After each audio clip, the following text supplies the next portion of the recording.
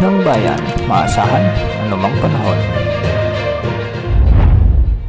Magandang oras po sa ating lahat. Narito ang update sa lagay ng ating panahon ngayon at sa susunod na 24 oras. Sa ngayon nga ay Intertropical Convergence Zone o ITCZ ang siyang nakakaapekto ngayon sa Southern Mindanao. Samantalang easterlies o ang mainit na hangin naman ang siyang nakakaapekto sa Luzon at ang eastern section ng Visayas.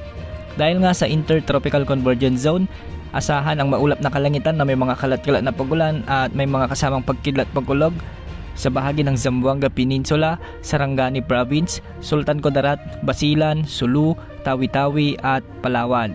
Ang mga lugar na ito ay posibleng makaranas ng mga katamtaman na kung minsan ay malalakas na pagbuhos ng ulan, kaya hindi inaalis ang posibilidad ng mga biglang pagbaha at pagguho ng lupa. Samantala sa nalalabing bahagi naman ng Soc Sargen at Bangsamoro Region, asahan naman ang bahagyang maulap hanggang sa maulap na kalangitan na may mga kalat-kalat ding pagulan at pagkidlat pagkulog. Dulot pa rin ito ng umiiral na Intertropical Convergence Zone.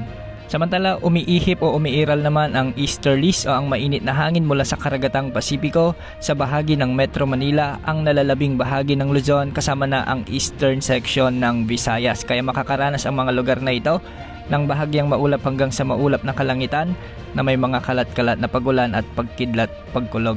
May mga inaasahan ding severe thunderstorms kaya posible ang mga flash floods o landslides sa mga nasabing lugar.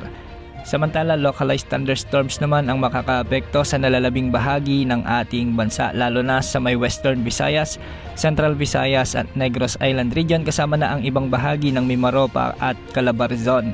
Samantala, ayon sa inilabas na Tropical Cyclone Threat Potential Forecast ng Pag-asa, posibleng may mabuong bagyo sa mga susunod na araw o sa huling bahagi o huling linggo ng Oktubre. Sa ngayon, ayon sa latest numerical outlooks o wind models, nananatiling mataas ang tsansa na may mabubuong sama ng panahon o bagyo sa huling bahagi ng Oktubre. Hindi lang isa kundi dalawa ang ipinapakita at may tsansa din na isa sa mga ito ang direktang makakaapekto sa ating bansa. Magiging aktibo kasi sa mga susunod na araw ang Intertropical Convergence Zone, kung saan dito nagmumula ang pamumuo ng mga bagyo o low pressure area.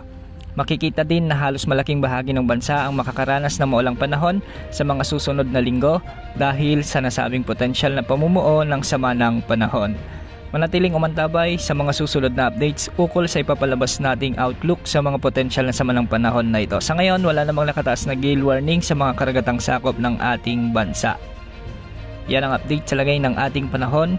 Ito po ang weather update ng bayan, maaasahan anumang panahon.